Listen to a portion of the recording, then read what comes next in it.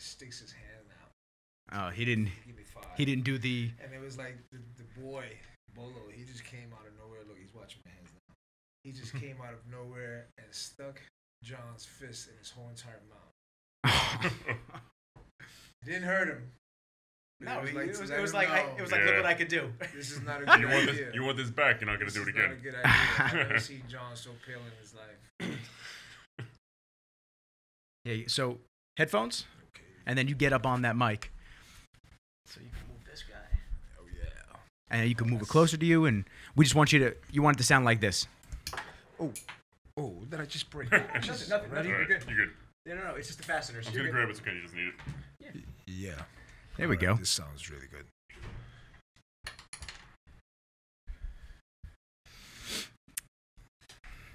So how many cane corsos did you have? 2. I had two big ones. So what was it like to feed them? It was actually they were pretty. They ate a lot. As puppies, I think they devour a lot more food. As they get older, they start slowing down. And Yeah. that one meal a day, and then that's it. But Really? yeah, they were my kids. They're the kids before the real kids. It's the practice. That's exactly what it was. That was See? before the babies. We got 2 cane corsos, and we was living in a 1-bedroom apartment with 2 Wow. 150-pound dogs, and yeah, that was really Bronx style. That really It's is. as Bronx as it gets. Yeah, he was eating a shit ton when I first got him. He was probably eating, I don't know. I've said it a couple times on the podcast so far. I was feeding him raw. So he eats like the raw meat, duck, all that stuff, bones.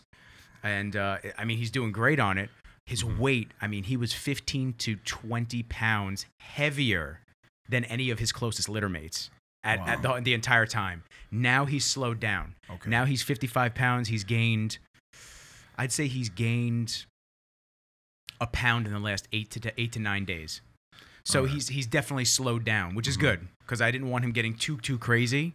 He's already bigger than mom. So mom is 51 pounds and his dad's 65. No, you want to try to keep him on the lighter side. With any kind of big breed, you want to try to keep him on the lighter side. Yeah. You have to always remember their bone structure. That's the main thing with big dogs, man. Everybody wants big, heavy dogs. That means nothing. That just makes them unhealthy really, really fast. But it's summertime too, so they just kind of slow down when it's hot outside, no? In terms of eating. Yeah. He's licking my feet. Is he? Well, not my feet, my Oh, the rollers? Yeah, he's right behind you. He's a good boy. We're gonna get him He's a good boy. He's a good boy. We're gonna get him a Kenji cam. There's gonna be a camera just on him, so every time we on a cut for a little emotional support, and it's just like him on the floor chilling. He's gorgeous though. God bless him, man. He's amazing. Thank you. I mean, I left you and Isira at the Arnold, and then We went on a trek to go pick him up. holy shit, Minnesota, and it was 20. It was Minnesota that you went to? It was, yeah, St. Paul. Wow. Yeah, 23.5-hour ride back. It was rough. With mom. With mom. Mom actually was the one that did most of the drive back. She didn't want anybody else to drive. I was in the back with him, and she said, no, stay, because I want to have you and him together because you can handle him. You know what to do with him. And she said, and then I'll drive back. She must have done 18 hours by herself, the ride back. Oh, Jesus. We were driving through Pennsylvania. I never want to drive through Pennsylvania ever again. It was just like a straight nothing. It was horrible. It was horrible. Boring. Oh my God, it was the worst drive ever. And then I'm falling asleep in the back seat with him. He was fine the entire ride. Every time we got out of a truck stop, went to the bathroom, he was fine. Yeah. And then we go back in the car and he would just nap and he was fine. I felt like that coming from Ohio. Oh God. And you was heading back all the way from Minnesota. I can't imagine. and Ohio was like 8 hours. That's nothing in comparison. Yeah. Same thing though. It's just trees and more trees, and it's not scenic at all. And at 3 a.m. when my mom is falling asleep driving, I'm in the back, anxiety through the fucking roof. I'm like this the entire ride, and all it is one road. I'm like, first off, if we get a flat, we're fucked. If we run out of gas, we're fucked. If a deer jumps out, we're fucked. No cell phone signal either. So it was just, you're just in the middle of nowhere. Good luck. Yeah. Good luck finding anything or anybody. And it was just creepy. It was just, And I think it took something like, I don't know, it took something like 4 or 5 hours to get through that portion. I'll tell you right now. Because it was like astonishing when you actually like looked at it. I don't get the draw of road trips, man. You don't? No. You know what? Who does that for fun? I would do that for fun if I could stop somewhere. The issue was we had a puppy with us. I didn't want to go to a hotel. I didn't know how well behaved he'd be, barking, crying, this and that. And I had to get back to work because already the virus was just really picking up and everything just started to get crazy. And I didn't want to lose another day or two and have us out in the middle of fucking nowhere. That's what any dog lover is going to do. Only dog lovers will do that. Yeah. Let's see, Youngstown. Youngstown is probably like right. Actually, you know what? Newcastle, Pennsylvania. Oof, I'm getting anxiety just thinking about it. My God.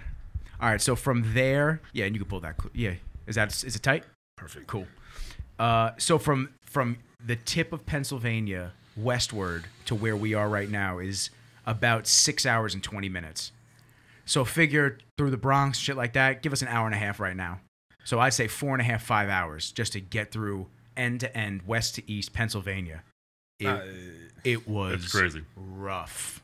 It really was. Not interested in taking it. No. Yeah, no, thank you. Well, how did you guys go up and over to get to the Arnold, or did you go through Pennsylvania? No, if I'm not mistaken, you go through Pennsylvania. Okay, so yeah, you know, you go through it. Nothing. I mean, did you go through during the day? It was during the day, but it's just and it's somewhat still winter, so it's not like fucking nice trees or nothing. It's a horror movie waiting to happen. Yeah, it's just a bunch of trees with no leaves and mountains and that's it. You start fantasizing about your farm life. Maybe I could be Amish. I don't know.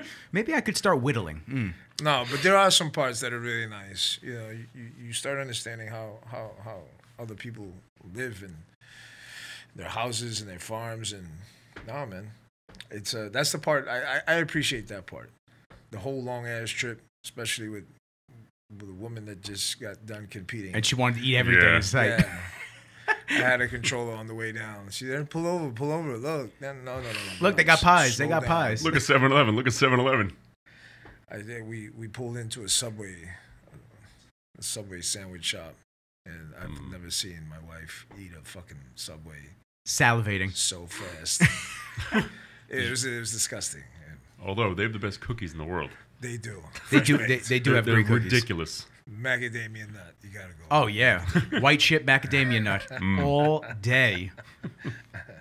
But that was awesome time, man. It was great, and I loved seeing her step back on stage and push herself. Awesome time. She looked phenomenal. She looked good. Yeah. I mean, there was a lot of things that honestly, you know, it's over.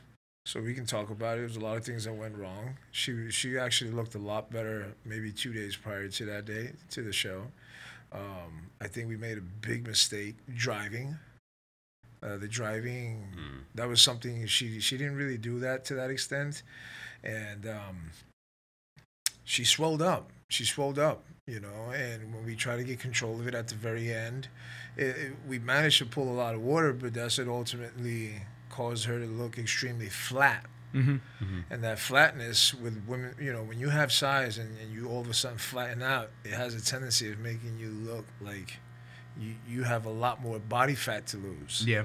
You know, your skin isn't tight. You start seeing every blemish and whatnot. And, you know, that part was a little wrenching for me because I was responsible for that. But the one thing we couldn't control was just how our body reacted to the drive down. And that was it. I mean, she got up there, man. She did it. Now she was a little nervous too, man. She, you know, it's been years, and I think mentally, you know, she was intimidated a little bit, which is completely expected. But all in all, you know, in our household, that never stops us. So she committed. She did it. And I couldn't have been more proud, man. It was an amazing experience for her. I can't wait to get her on because even prior to us doing this episode together again, I've been wanting to get her on, and unfortunately, it was kind of crazy with, you know, me being so far originally until I got the office, which is a little closer to you guys now. So hopefully we can get her in soon. A lot closer. Yeah. Oh, yeah. Yeah. Probably another half hour. When I right? mapped it, I was Yeah. like, oh, man, we could do this all the time. Oh, this is great. I'll be back next week. Uh-huh. But I mean, it was great to be there. I'm really glad that Betancourt had me go with you guys, because anytime they say Betancourt hits me up and they're like, "Hey, Marco and Sarah, yep, sign me up, done. Oh, I don't even care what the Oh. project is. Doesn't even matter. Just let me know. No, I'm we're going to there. have a blast. You Always, know that. always. So it was really cool to see where she went from to go to step on stage, and how many years was she retired technically? The last time she was on stage prior to that show was 2017. And 17, and she has two little ones now. The show she did at 2017 was the one, I believe, her coming back from having my 4-year-old. So yeah, she was and also the whole criteria has changed. The look changed. It all changed, and her mentality was kind of still, I believe, in her same status from how she left it. So it was a pretty big shock, but seeing how fearless she was and just going after it, a lot of people don't understand what it takes to do that. It's not as simple as it looks, that you just train and diet, throw on a bikini, and get on stage. It's not that simple. A lot of people wish, they can have the opportunity, not understanding what's entitled and what it feels like to be up there. And it just, she killed it, man. She dusted off the cobwebs with grace, man. She She right up literally there. went from zero to 100 miles an hour once she committed to the show. So it was basically her home doing absolutely nothing, staying active, obviously, but there was nowhere where it was supposed to be in terms of training, in terms of dieting. So she went from one extreme to the next once that name was on the list. And to see that whole transition, it's a mind fuck. Yeah. That picture, that video was nuts. That video of her in the same clothing, dude, man. When she started, and then right after, right towards the end of prep, was insanity.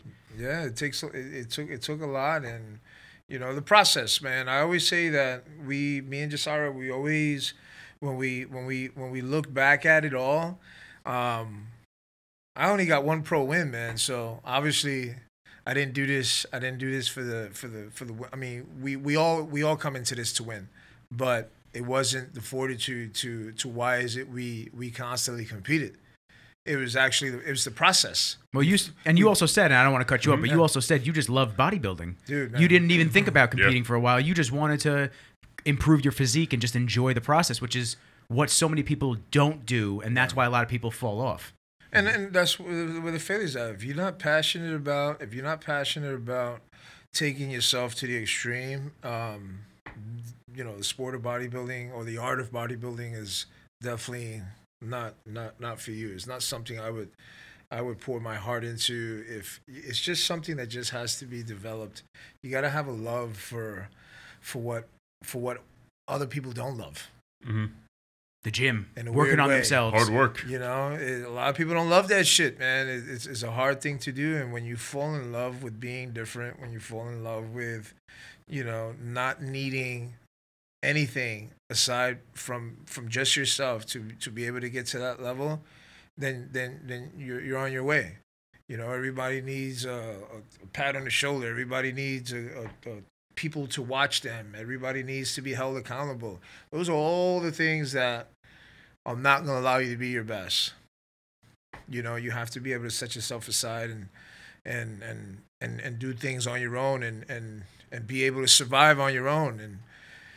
And when you do so, you'd be surprised what you find at the end, Man, people underestimate how much you really get out of the journey of bodybuilding, though. You're on stage for, 5 minutes? Where it's years and years compounding for that 5 minutes on stage, where even if you don't win, even if you take dead last place, who cares? But if you truly put 100% into a prep, that means no cheating, no messing anything up, do your cardio, go to bed when you're supposed to. Just teaching your body to do that for the first time. After that, from then on out, you want to build a business? Sure, no problem. You want to do this? No problem. you physically put your body and your mind really under the most stress it's ever felt in its life, to where everything else you try to do in life, it's going to be a cakewalk, because you've been further past that for a physical and a mental way. You know, you went against your body's really natural instinct to say, what the fuck are you doing? Why are you doing cardio right now? This food right here you should be eating. Nope, looking the other way. It's dude, man. I would get really stressed out and oftentimes somewhat depressed after shows. Post-contest blues, man. I've been there. Only due to the fact that, all right, what's next? When prep started, I would be at my happiest. Knowing that it was about to get grueling, I would still be at my happiest because I knew that for the next 4 months, I knew what the fuck I was going to be doing. It's accountability to yourself. I knew exactly what I was going to be doing. I knew my time was going to be taken. I knew it was just going to be so involved with myself. I was at my happiest. And then come show day, once the show was over, I would start feeling a certain type of way. And that's why a lot of us after shows are already looking forward to the next one. Yeah. Because we're looking for that process all over again. We love being in the, being in the trenches, mix. baby. Yeah. And that's where I was at my happiest. I miss it dearly. Like you wouldn't believe. These past couple months has been amazing in the sense that I've mentally put my my time and effort into other things that I probably wouldn't have done in the midst of competing. Your brand, which we have to speak about. You know, the clothes. Hopefully, in sometime soon, our own gym. So there's a lot of things happening right now, and it's due to having had the time. So for that, I am so grateful. It all happened under bad circumstances, but my whole life has been that way. So every time something fucked up happened, little roadblock and then a detour. Something beautiful always came about it, and that's when all this started happening. That was the main thing I said. I said I'm going to spend so much more time with my kids first and foremost. That how could you not? With all this time, if you didn't spend time with your family, man, and really get back to certain conversations that you probably haven't had in years, talking about yourself, being honest with yourself, and starting to set aside what you need to do as opposed to what you don't need to be doing, reflecting on friends and situations and people in your life, then I don't know what you're doing, man. I don't know what kind of life you plan on living, because this was I believe a big reset button for all of us. It was a big reset button. So if you sat down and just, oh my God, and complained and worried about where your life is going and so on, as opposed to thinking about how are we going to get out this hole now? Let's figure it out. If you didn't spend time coming up with a plan, then you're probably not ever going to, because this was it. You had fucking 3 months. 3 months of solitary confinement. Literally. It's been rough. Yeah. It's been rough, man. I mean, I know John owns a gym, so it's been tough for John. Yeah. And I feel like it would have been a little easier if gyms were open. Oh. Because people would have been able to get that clarity. Because I've been in a funk for months since it started, and it's really been difficult because my business and a lot of videographers will pretend like everything's all good. Photographers will pretend like everything's all good. It's not. It's not, because we're waiting and we're in limbo, and there's really not much to do, because if people don't come out of their houses, people don't go places to shoot, locations are shut down to shoot, can't get any content out. There's only so much you can do. My mom had some suggestions. She's like, why don't you do some shoots over Zoom? I'm like, how's that? You can't do that. Yeah. I have to be there. It's directing. It's getting the motions, feel, stuff like that. A big part of what I do and a lot of other people do is building a scene, building emotion around something. So, it's kind of like you start sitting here going, how long are they going to drag this out? And yeah, it's bad. And it was bad. Yeah. Is it as much of a threat as they acted like it was? I don't know. I don't think it was. I don't think it was as serious. And now the World Health Organization today, did you see the article today? Came out and said asymptomatic people don't spread it easily. Yeah. For fucking months, you've been shutting everybody down. Yeah. What are we doing? You know what? Nobody knows, and, Yeah. and nobody knows what's going on. Yeah. Just be real. Don't, when I worked at Apple, it's crazy, man. They were so drink the Kool-Aid, be one of us kind of company. But one of the most important things I learned in training is if you don't know the answer, you go to the client or the customer, you just go, hey, listen, I don't know, but let's find out together. That's all they have to do. Yeah. Just the government as a whole. They don't know what's going on with the virus. Literally, just go, listen, this is new. We've never dealt with anything like this before. We're trying to figure it out. As information becomes pertinent and known, we'll address it. Don't just say and pretend like you know shit. You don't know fucking shit about this virus. You have no idea what's going on. Now, Italy, from what I understand, and I don't know how real it is, because media all over the world twists and contorts and makes things, fit the narrative, whatever they want. So now Italy says they went against the World Health Organization, and they've been doing autopsies on the bodies, and it's not a virus that attacks the lungs. It's a bacteria in the blood that causes clotting. For all the top, take a baby aspirin, you'll be fine. But that's why people are dying. That's why people are dying on ventilators, because they don't need it. They don't need it. You're forcing a tube down someone's throat and forcing their lungs to breathe when their lungs are fine. You just have to get rid of the clots. Once again, not pointing fingers. Just be real. We don't know what this is. We don't even know if it's a real full virus. And you know what? I get, taking all the precautions in the beginning. Sure, because we don't know what the fuck's going on. Right. But then once, hold on a second. We thought this, but that's not the case. So we can start opening things up again. Instead of now that all this brand new information is out there going, nope, everybody's still in lockdown. We don't know what's going on. You know what's going on now. Loosen the reins a little bit. It's going to be okay. Admit, you know what, guys, we fucked up, but to be fair, we were trying to keep everybody safe. And initially, I'm sure that was the case. Now, who the fuck knows what's going on? What's crazy is this. With all the protesting that we've seen in the past couple days. I was hoping you were going to say this.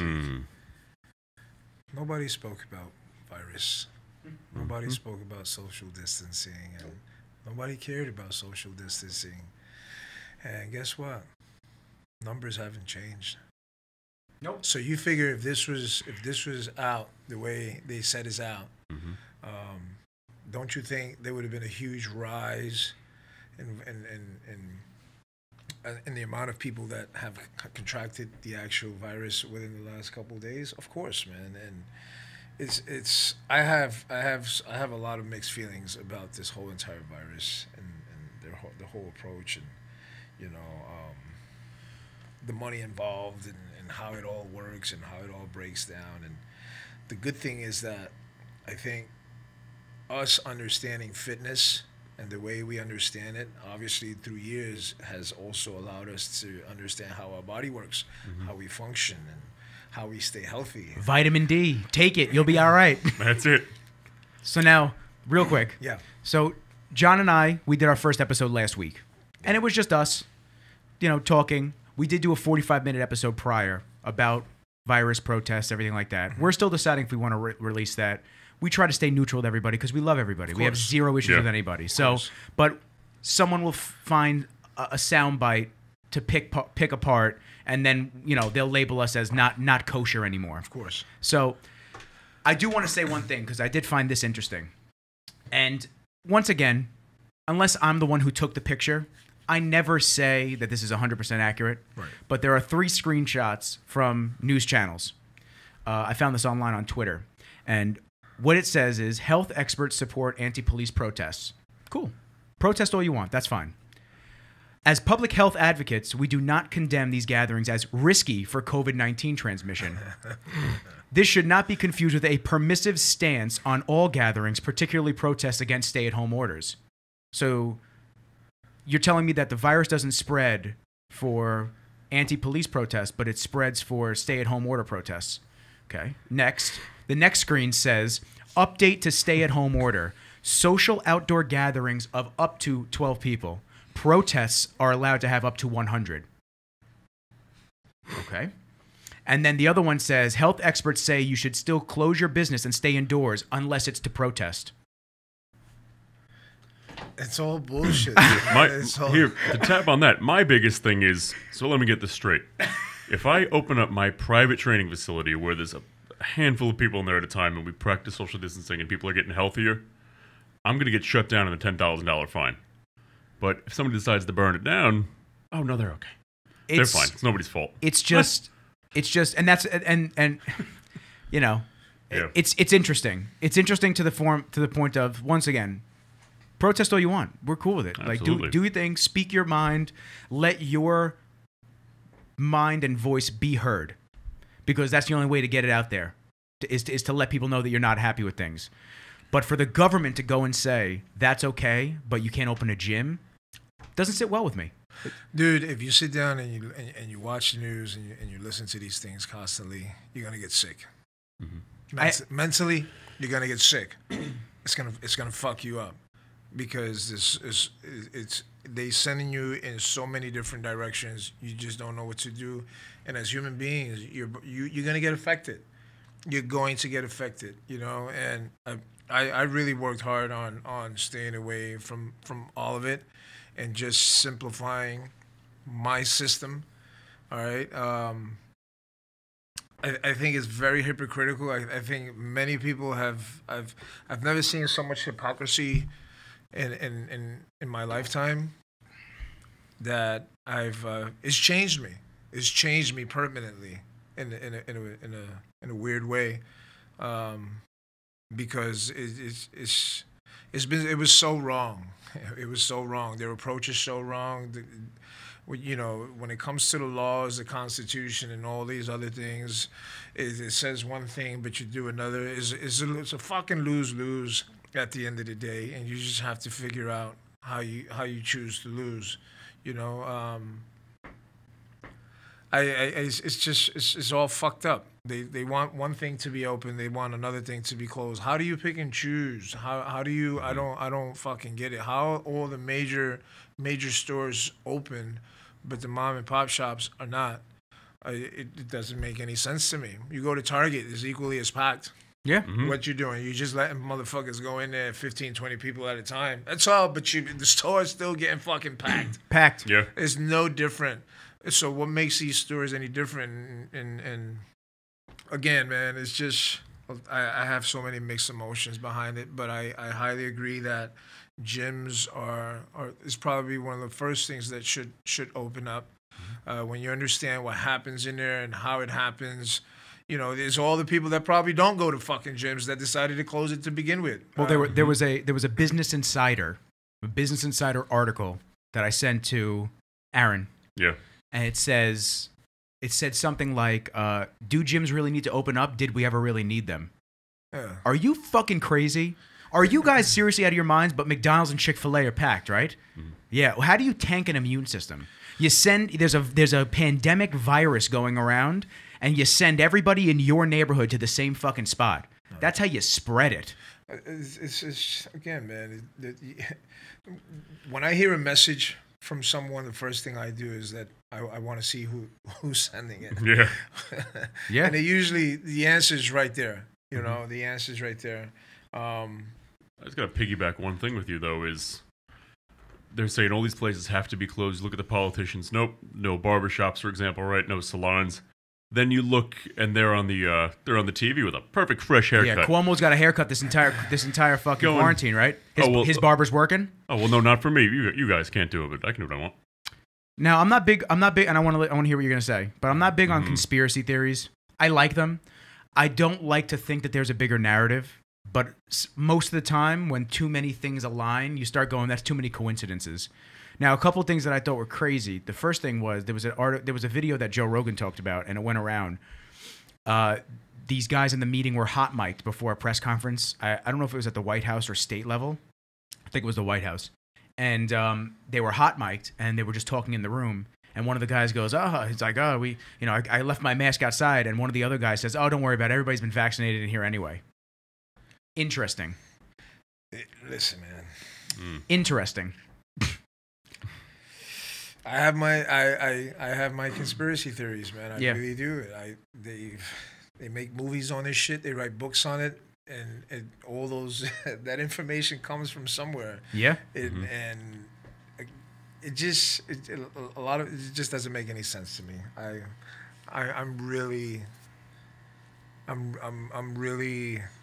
This shit really fucked me up in terms of how I view the government, how I viewed our leaders, how I view people in general that wants, that speak about this whole entire pandemic, and when you look at their lifestyles, is so different. It's just very different from from the messages that you're trying to give out. The whole 6 feet thing, the whole keeping the mask on, and even in the fucking parks when you're outside by yourself. Oh my God. It just didn't make any sense to me whatsoever. If you're outside and you're with your family or you're by yourself, why the fuck do you need to wear a mask? When you have people inside of a car driving by themselves and they're still wearing a mask. Like, this is how mentally how people have gotten really bent.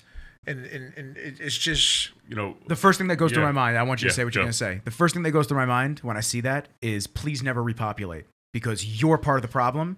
I actually got into it with my aunt the other night at dinner. My aunt's super, super paranoid about this whole thing. And I'm like, I've been everywhere. I've been going everywhere. Yeah. I've been going to the gym every now and then. A couple of gyms are still open. But it's so intermittent that it's annoying me. I'm like, I'll hit the person up. I'll be like, hey, can I get a workout in? Oh, we're not open right now. Okay, cool. I'll be like, great. So now I'll just sit my fat ass back down. So so I've been everywhere. I said, guess what? I'm feeling pretty good. Mm-hmm. I'm like, I don't know. And listen, I'm not saying that it's not real and it's not a problem and it didn't kill people and it's not actually that severe. But I told my aunt, I said, 6% mortality rate. This is what we're closing the whole nation down for. It wasn't even 6%. Well, 6% now. Now it's 6%. Yeah. But like, for real.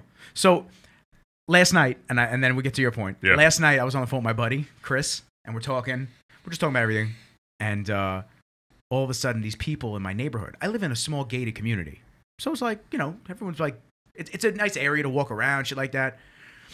I'm walking through the houses, and these two people come up, two women come up, they're walking past me. As they walk past me, they put their mask on. They were 40 feet away from me. What the fuck are you doing? We're outside. Dude, I turned around and I just went, oh my God, you'll never believe what these people just did. Do you really think that that's going to save you? Do you really think grab it and just like pull it back and let it snap back snap on their face. Like Three Stooges shit. It's gotten people crazy, man. Yeah. It really has. It's gotten people crazy. What were you going to say? Well, first I want to piggyback off what you said, because I was joking around with my girlfriend. I tell him, like, Christina, listen, as soon as they announced all this, I said, okay, cool, I'm going to catch it. As soon as they announced how much it spreads, because I'm so bad with touching my eyes, my face, my fucking everything. Yeah. So I'm joking around with her. I go, look, Christina, if by the end of this, if I'm not dead, there's some bullshit out there. Yeah, for because real. When we were going to the dog park, I was just opening the gate, touching shit. I was a little paranoid at first. I was like sanitizing my hands every 3 seconds. Then I went, I can't do this anymore. I'm touching the gate. If I get it, I get it. I was like, if I get it, I get it. I can't deal with this. I can't live in total anxiety and fear of getting this thing. And I wasn't ever really nervous to get it anyway. It was just like, man, it'll suck to be sick for an extended period of time. Yeah. Man, that cough really sounds like it sucks. Like I'm not looking forward to that. And then I got the puppy, and then I got my mom in the house. My mom has colitis, so she's got underlying conditions. So it's just like, all right, I'll play by the rules a little bit. But after like 2 months in, I realized that if you didn't have it then, you probably wasn't gonna get it. And I've been going to grocery stores. I've been touching doorknobs and like forgetting to re-sanitize my hands. It's like, what are we doing? This shit drove people crazy. He's right behind you, by the way. I think his leg is underneath you. Just giving you a heads up. Social distance, Kenji. Yeah, what the hell, Kenji? What the fuck in the other room? Piss him off. No, he loves you. He real quick, we can go back to this. He went after my neighbor the other day. Uh-oh. I was taking and this is actually a segue into what I want to talk about with you guys too. I went out to Calverton to get horse stall mats. So I'm turning my garage into a gym. Is that what they were? Okay. Horse stall mats, yeah. Dude, 3/4 inch thick, 95 pounds of mat, and they're 6x4. $44 a mat. Dirt cheap. How many are you gonna need? I got 5 in the Audi. I fit 5 in the coupe. and it was insane. The car was riding low. That's what I was gonna say. It turned into a low rider probably. The guy out in Calverton, one of the guys walks up. I was with Tyler. One of the guys walks up. He's like, oh great, it's a coupe. I was like, yeah, man, yeah, it's a coupe. And then he goes, where are you guys from? I said, oh, we're on we're from Long Island. I went, oh, that's right, we're still on Long Island. It's just like real redneckish out here. When you get a Tractor Supply store. Well, there's two parts of Long Island. There's Manhattan, and then there's Alabama. Yes, that's what it feels like when you start getting out there. It's fucking nuts. Shirley, it's like, where am I? But so I got all the horse stall mats. So my friend Tyler and I were trying to get the horse stall mats out of the car. Yeah. The rubber on rubber, and them being 95 pounds made it the hardest thing to move ever out of the car. So I had Kenji off the leash. He was like hovering around us, in my driveway. And my neighbor comes up onto like my side of the lawn. He's like, oh, what you got going on there? Dude, because it was nighttime. He didn't know who it was, couldn't see. And he's met him a bunch of times. Big chest up, ran right in front of him and started barking at him to let me know that someone was there. I was like, damn. I grabbed his leash. I was like, please be. Wait till he matures, man. Well, I might not be getting him fixed either. Oh. Do you hear the deep breath from Marco? Yeah, because they get 18. That's an Akita. Yeah, 18 months. 18 months is in my contract. I have to wait till 18 months, and because the males are so rare in the U.S., she may actually want me to breed him. His color too. Yeah. So he's like the best. He's the best looking one from the litter. I mean, the other ones are gorgeous too, but he is really face, head, structure, everything about him. She said is just screaming to have him be a sire, a litter or two. Mm-hmm. So I said, all right. I said, well, we'll see what he is. We'll see how he is when he matures. Well, they have kids for that now. They have kids for that, in which. Oh, insemination, like so you could just send it out? You're just sending these kids all over the place. We don't have to go anywhere. You don't have to go nowhere. He doesn't have to do no work, no nothing. I feel like Nick's got to do a little work. Yeah, right. Oh my God, I feel like he'd like the work. I might take the road trip just for him. Every girl I talk to now, I'm like, hey, do you have a female dog? Do you have a girl dog too? Because I got to wingman my dog. Got to get one off. I got my boy's got to get some too. But so I'm creating a home gym. And that's actually what I wanted to talk to you about. Since you're potentially in the works of opening your gym, you own a gym. How do you guys feel like that's going to work now? Home gyms, because there's so many people. Since I've been looking for equipment, it is actually insane. Everything is sold out. Everything. And when something comes back in stock on Rogue, sold out in 3 seconds. That's going to change eventually. Yeah, in the next couple of months, that's all going to change. Every company is going to have everything. Everybody's going to be fully stocked, and obviously prices are going to go down tremendously.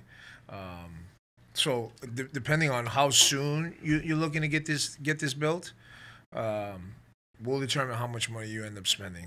Mm-hmm. But if you decide to wait a couple of months and start putting this thing together little by little, you're probably going to end up getting most of your equipment from local people who just don't want to use it in their garage no more. Well, they're the ones that are price gouging, the local people. I had a dude selling a couple Rogue bumpers. I talked to him online. He's like, yeah, $1,200. I'm like, come on, bro. Really? For real? Marco's talking about... like the people that bought everything and then they're going to sell it all. Yeah. Everybody check Craigslist in 3 months. It's going treadmills, forget about it. They give them away. They're going to be all over the place. My wife bought a fucking Peloton. Did she? Yeah, she went out and got a Peloton. Is she liking it? She's using it. Are you? Hell no. I want to see Marco on a Peloton in the class. All right, guys, we're gonna get it going. And she had me kind of like looking for shoes for a little bit, but then I said, you know what? This isn't gonna work. I felt that seat for about 5 minutes. I said, this is gonna be a fucking home spin class. That's all it is. You have fun. Yeah.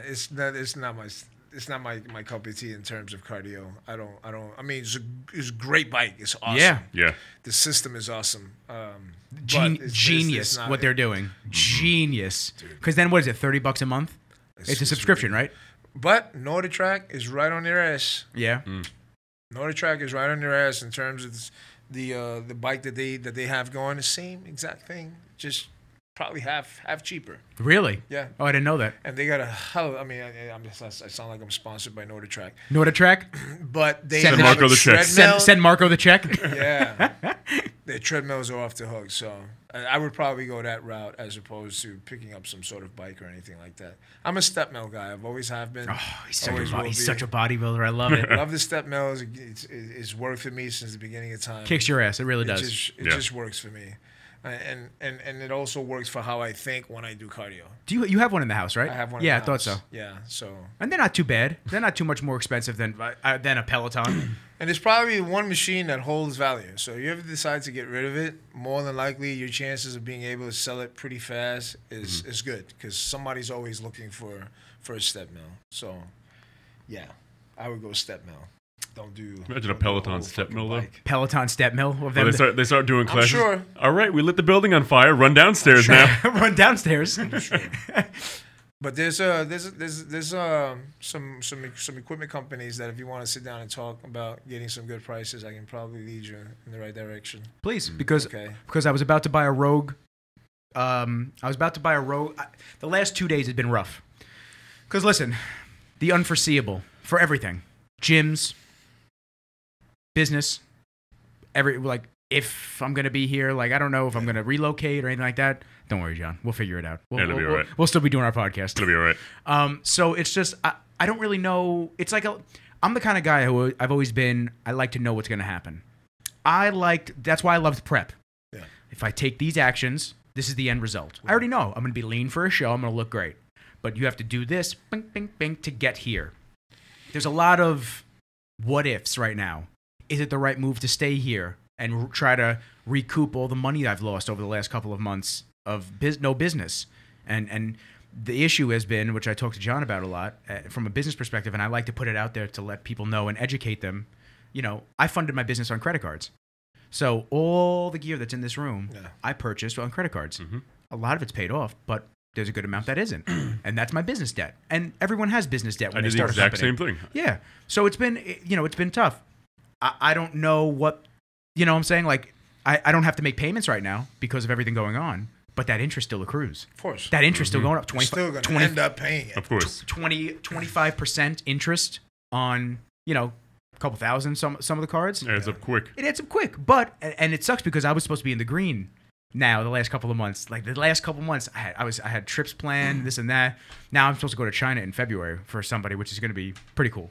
That should be pretty sick. But like, little by little things are opening back up, but it's just the unforeseeable and unknown thing. And I can't let myself get soft again training wise. So at least I got the horse stall mats. I like those. And I've been looking at Rogue. And the last couple of days, it's just like, $1,800 for a rack, $1,500 for a rack. And it's like, yeah, the shipping's only $199. Spoke to some guys from Elite FTS because I know John and everybody like that. Yeah. Their shipping is astronomical. They're shipping it mostly assembled, so it's freight. It's like $600 for shipping, $700 for shipping. I'm like, I can't do that.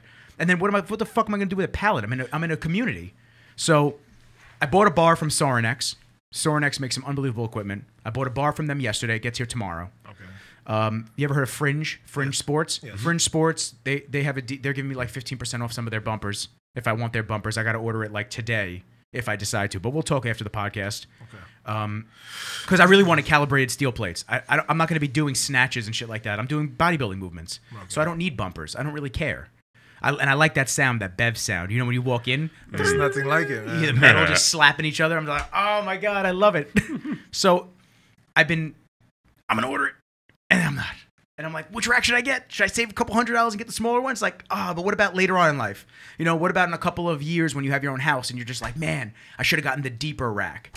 So it's just like, I don't really know what to do because I know the gyms are going to open. I know I'm going to go back to Bev's. Of course. But how long until a second wave comes? Right. And then they shut down everything again for maybe not as long, but they shut it down again. And now I'm sitting here fucking getting soft again. I can't do that. No. I can't wait. I don't see a second shutdown happening. I do. No. It's definitely maybe not as strict. Yeah. But they're definitely going to. When the numbers spike, they're going to try to freak everybody out again. I don't want to say it because I'm not. John's going to fucking look at me. I'm not going to say it because I don't like this, like conspiracies again. It's an election year. Mm-hmm. I have a feeling they're going to try to do mail-in ballots. I don't care who wins. It doesn't matter to me. Remember, John? Either way, we got to get up and go to work the next year. The next day. That's my theory. And they all lie and they're all corrupt. So I have a feeling that they're going to drag this out again October, November, and they're going to make everybody stay home again for 2 months, and they're going to make or a month and a half, and they're going to make everybody do mail-in ballots, and that's going to be their way to control some of the election. I believe if the right people get the money that they were looking for behind this process, it will happen again. Yeah. Mm-hmm. Well, now I want to hear what you want to. Now I don't want to get too off topic because we drill all the time, and I love it. I love it though. I don't mind it. I fucking love it. But I want to just make this statement, which I was going to make before, and this just reminded me. So the World Health Organization said they want 90% population control going forward, or something like that, or like to help the population, whatever it was. I forget what the actual headline was, and now they want 90% vaccination of the population. So, you know how much money that's going to be? So, but even still, so many things point to you guys are trying to control everybody, and the whole Bill Gates thing, the whole Bill Gates integral part in this. What the fuck does Bill Gates know about a virus? Go make a computer. Yeah. You don't know anything about virology. How was he so? He was so right integrated, and he still is. He still is. The claws are still somewhere in all of this going on, and Cuomo saying, I don't even know why we teach kids in school anymor. They could learn just as effectively at home. He's been completely against public education. You as a parent, what? Just gonna keep my kid home all day? I'm sorry. In my opinion, that's where we're heading towards, and that's how it's gonna end up. Yeah. I think they're gonna see so much that they don't have to deal with in terms of public schools, in terms of property, in terms of funding that goes into these schools that they don't have to fund anymore. And they're going to end up keeping people at home. And it's going to be parents, it's going to be up to the parents on whether or not how well your kids end up doing academically. It's not, I think that's where we're heading towards. It's going to happen. It's going to happen soon, man. Kids are just going to stay home. It's homeschool. And now you obviously are around a multitude of kids, and your children are well behaved. I love your 2 girls. They are oh my God, I love them. But you can see how kids already behave, and they're outside, in public. You know what I'm saying? Like, how much worse is the behavior going to be when the whip isn't snapped anymore on kids? You see how fucked up these kids are now, these younger kids. No consequences. Listen, I think you're obviously older than me. I'm older than John, but like I think our generations were the last generations to kind of have that belt on the table. Keep acting up, see what happens, and okay. There's no controlling. It's only getting worse. Yeah. Even them talking about defunding the police department. That's it's so rough. But I can't have a concealed carry. You're gonna get rid of cops, or you're gonna break it down so this way the response time is low, or whatever it might be. But I can't have a concealed carry. We're gonna be heading into some tough times, man. Yeah, that's a reality. So whenever you can get your permit, and you can get your ammo and get a fucking couple cannons, I suggest you do so. I got some Bowie knives right now, and I'm just like we're heading in that direction. I hear Toronto's beautiful. Yeah, yes, Marco, let's go. I'm hitting the fucking mountains. Let's go. You. We'll have a cabins. But me, you, and John. In that direction, man.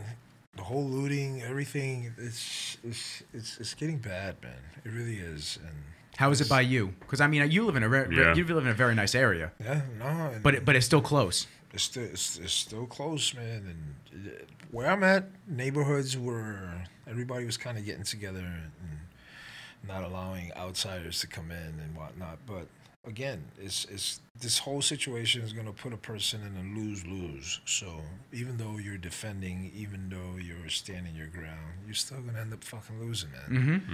You know what I'm saying? All right, but he tried. No, you're still going to end up losing. So we're heading in a really tough time. And right now, what you got to try to practice, in my opinion, is trying to keep that as far away as possible. Keep your environment under control, and people have to change. Yeah. What you used to do and what you're going to do is going to be different. It has to be different because, again, you're not dealing with level-headed people anymore. No, that's gone. That's what worries me. So when you get into a situation and you try to debate, but listen, this is what happened, man, and there is no more. Nope. Now it's whoever goes first. So obviously you're not gonna let somebody else go first. I want to fucking live. I'm not gonna let you hurt my family. No, but you still end up losing. Is a fucking huge setup that we're heading towards, man. Yeah. And you just have to try to surround yourself with everybody, with people who are all like-minded. Yeah. And I know you have something to say, John. In the podcast we didn't release, I had said that I posted a video online. I don't know if you saw the sheriff down in Florida. There was a sheriff that said, if you decide to come into Polk County, yes, my citizens have guns. I encourage them to use guns, and if you come in looking to harm them or steal any of their property, I expect them to blow you back out the door that you walked into. Yeah. I posted that video. Not only did I get called a racist by one person, but then a second person said, this is disturbing. I said, what? How is this disturbing? Yeah. If someone comes into my home looking to inflict harm to me, my dog, my mom, or anything that I own and that I'm part of, my family, I'm going to inflict as much harm on you as humanly possible. And that's not because you're a certain color. Right. That's because you decided to come in here. And that's not fucking okay. No, people are making it what they want it to be now. And honestly, I've been quiet about this whole entire thing. We have been trying to be. You can't. It's a lose-lose if you speak. You give your opinion, and all of a sudden there's a color thing and whatnot. And listen, man. And we're the most racist people in the world. Look, you call me a fucking racist. Look at my there's Instagram. Something wrong with you. You obviously don't fucking know me. Yeah, look at my Instagram. Look at my friends are. Like, what do you really think I'm judging people? Racism. Nah, man. The only thing I'm completely against is ignorant people. Amen. Mm-hmm. I'm completely against it. Against them. Anyone who chooses to be ignorant and not see things for what they are. From both sides. Yeah, from any angle. But it's a slippery slope. Yeah. It's you get into it, and again, it's a lose-lose, man. It doesn't matter what you say, and obviously, depending on the color of your skin, is how people will take it. Yeah. You know what I'm saying? If you're white, you're you're white. I'm privileged. I'm privileged. I came from a single mother who built us up out of West Hempstead on her own, working her ass off, opening her own company, bringing us into a nice area. Me starting my own business, not a single dollar from any of my parents. Nothing given to you, man. College under my name. I'm still paying those bills back. You're privileged. I'm privileged. How dare you? I'm privileged. How dare you? I'm sorry. I'm friends with everybody. I don't look at people any differently. If you're nice and you're respectful and you're somebody that is a good human being, I want to be around you. If you're not, it's so sad. Bro. What did you say last time? If you're not, Kenji will bite you on the way out. The door's right there. I just kind of get to the end of that. In my opinion, man, a racist is always going to be a racist. Mm-hmm. Yeah. They may choose to do things differently, but it doesn't mean they're not a racist anymore. I believe that starts at home with the kids. That starts home. That's where the change is going to happen. That's where the change must happen, is with the future. Because obviously this is a problem that's been happening for years and decades and hundreds of years, man. Nothing's changed. How people go about their business changes. How they accept things a little bit changes, but the reality is that hasn't gone anywhere, and in my opinion, is not going to.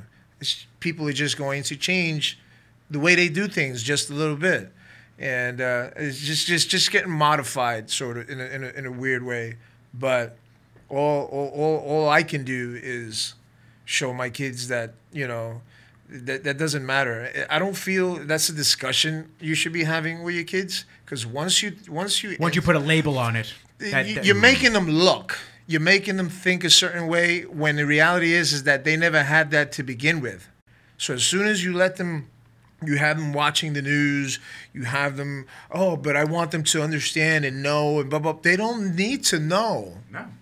They don't. You don't. You treat everybody with respect, and that's it. Unless someone gives you no respect. When they hit a certain type of age, you can start having these conversations in which they can understand. But when they're kids, it's not something you talk about. You don't talk fucking sex in the beginning with your kids in the very beginning, because it's not something you want them to be interested in. Yeah. It's not something you want them to know. And Again, man, it's just very it's disheartening, the things that you see and whatnot.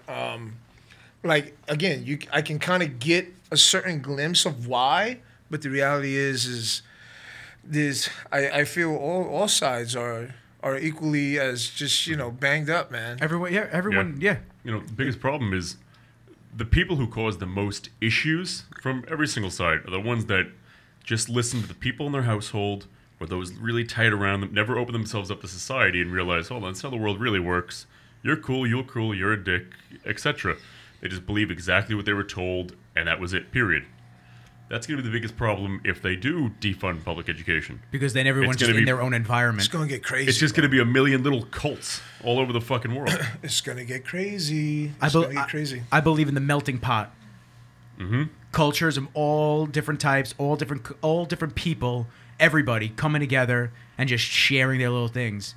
You get the Italians, the Irish, black community, but even still, Jamaicans, Haitians, you get everything.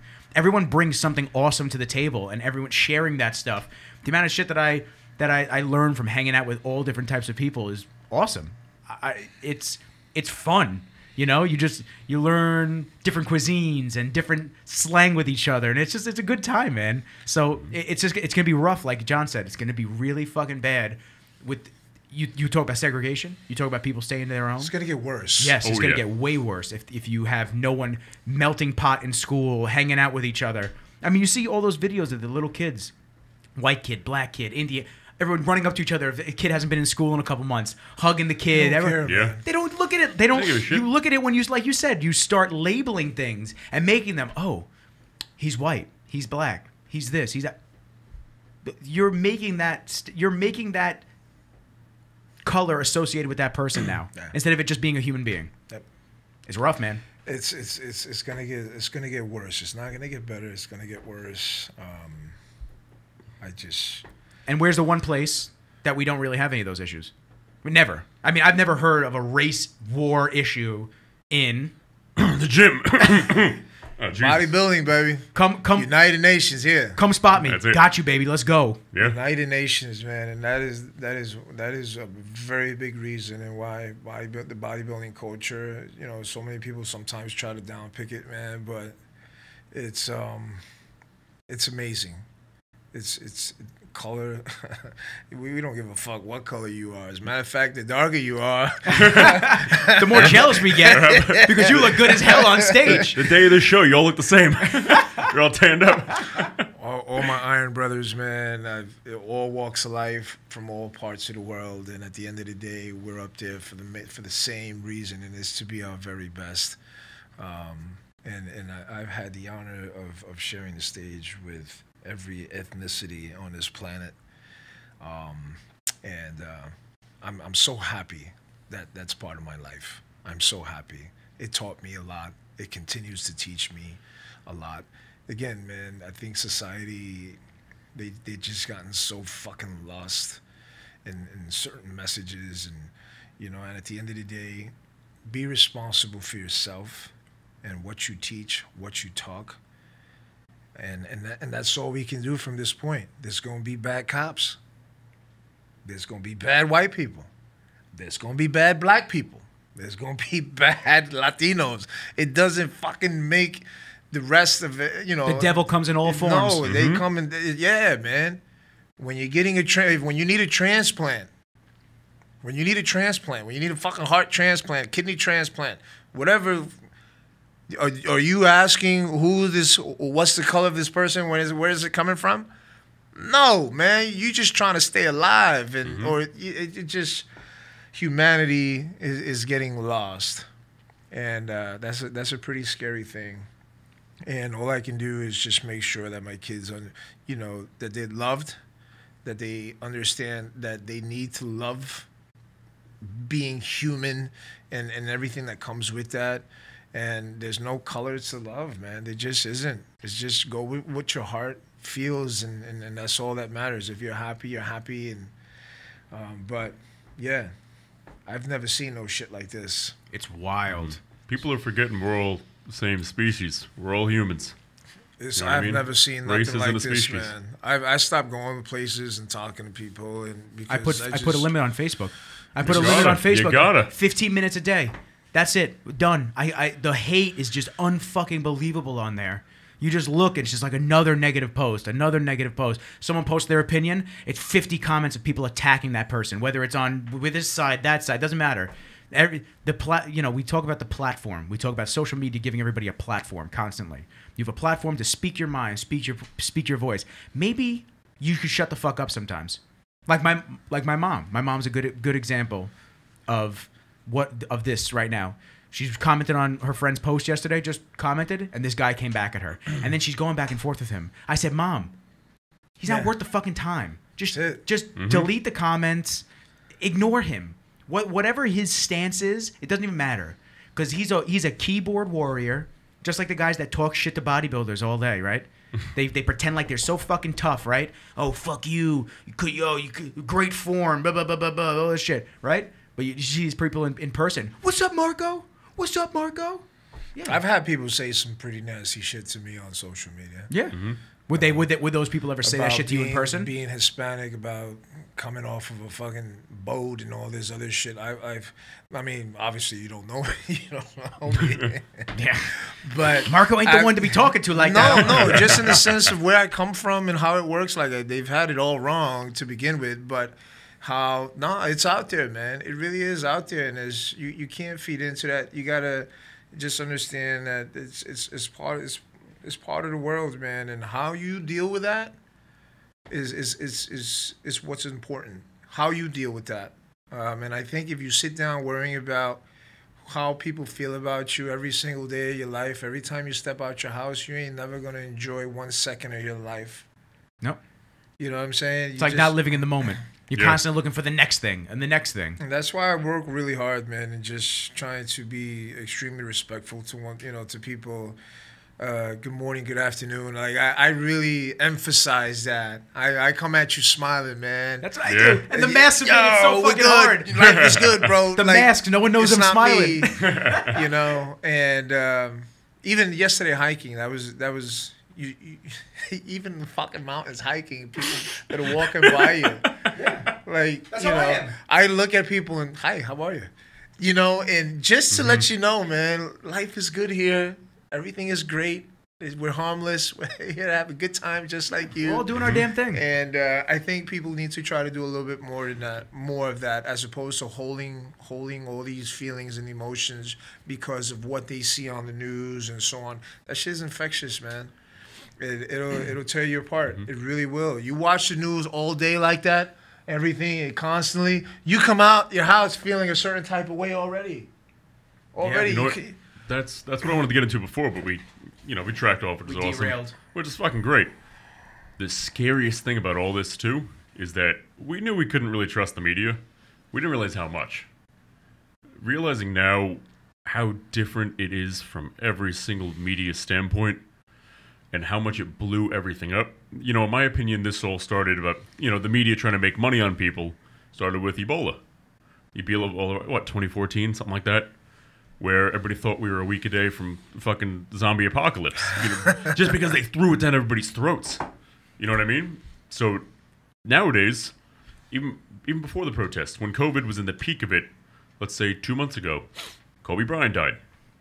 What happened? There was nothing about COVID posted. Why? Because you're going to click on the links that are talking about Kobe Bryant right now.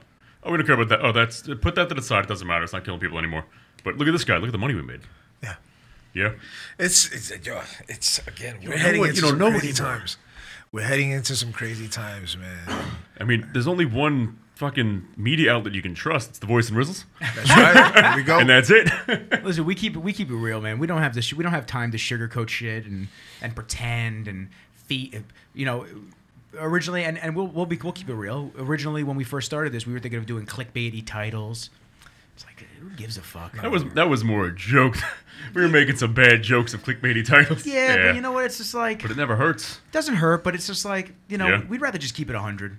Just keep it real. So many people don't, and that's what separates it. You keep it 100, people gonna listen, man. It's like if we did... People gonna listen. Yeah, we post this one. Marco Rivera shows up without a mask. Yeah. That'll be this episode. Yeah. Marco Rivera beat Kenji, and it's just you petting him. But with how hard he pets dogs, it just beat him. Yeah, it's just interesting, and we go back to the point of the gym, and I don't mean to just make it about bodybuilding all the time, but the gym brings so much value and benefits. I'm telling you, that's why I'm going crazy not being able to train. I got some kettlebells, and I ordered a 123-pounder from Alico. Yeah. I swung that last night. I did like 4 rounds of swinging that for 20 reps. I was drenched. I was doing deadlifts with it, and just I tried to clean it. Didn't work out. I was like, I'm gonna snap my elbow. I can't be getting an ego trip when I haven't trained in a while. No. But that's why I want to get my shit together, because God forbid something like this ever happens again. A year, 2 years, 3 years, where they just don't let people go to the gyms or anything like that. Everything has already made me, like you, view people and situations a little differently. Just with how things have been progressing from the virus, just the way people act in general. It's just. I don't want to be caught. I don't want to be caught off, because that will fuck your mind up, and the gym clears my mind, and it makes me like almost reset. Had a bad day, go lift some heavy shit, and then you just feel the stress just melt away. I haven't been able to do that in months, really. Like I said, a couple training sessions here and there, but given the opportunity to have a home gym, I'm definitely gonna. That's I think this whole pandemic let us know how unready we were. Mm-hmm. Yeah. So if you have the accessibility, if you have the space, and I highly recommend you get your stuff, man. Yeah. For someone who trains on a daily basis, absolutely. And you'll have options. You'll still be hitting the gym. Yeah. God forbid. Yeah. Snowstorm or something. You can always stay home and have options. Yeah. As a bodybuilder, options are good, man. I always want to find a way. Right now, I've never trained this much outside. This is what I've been doing for the past 3 months. It's just training outside. Are you enjoying it? I love it. It's been different. It's Yeah. been very different, a whole different approach. But it's been, again. I don't know everything. I'm constantly learning. And in the beginning, it was just like, what the fuck? No machines. There's no. It was a bit of a culture shock, but my body healed. I feel great. Yeah. Mentally, you just get outdoors, man, and you're just so distracted. You don't realize how much time passes by.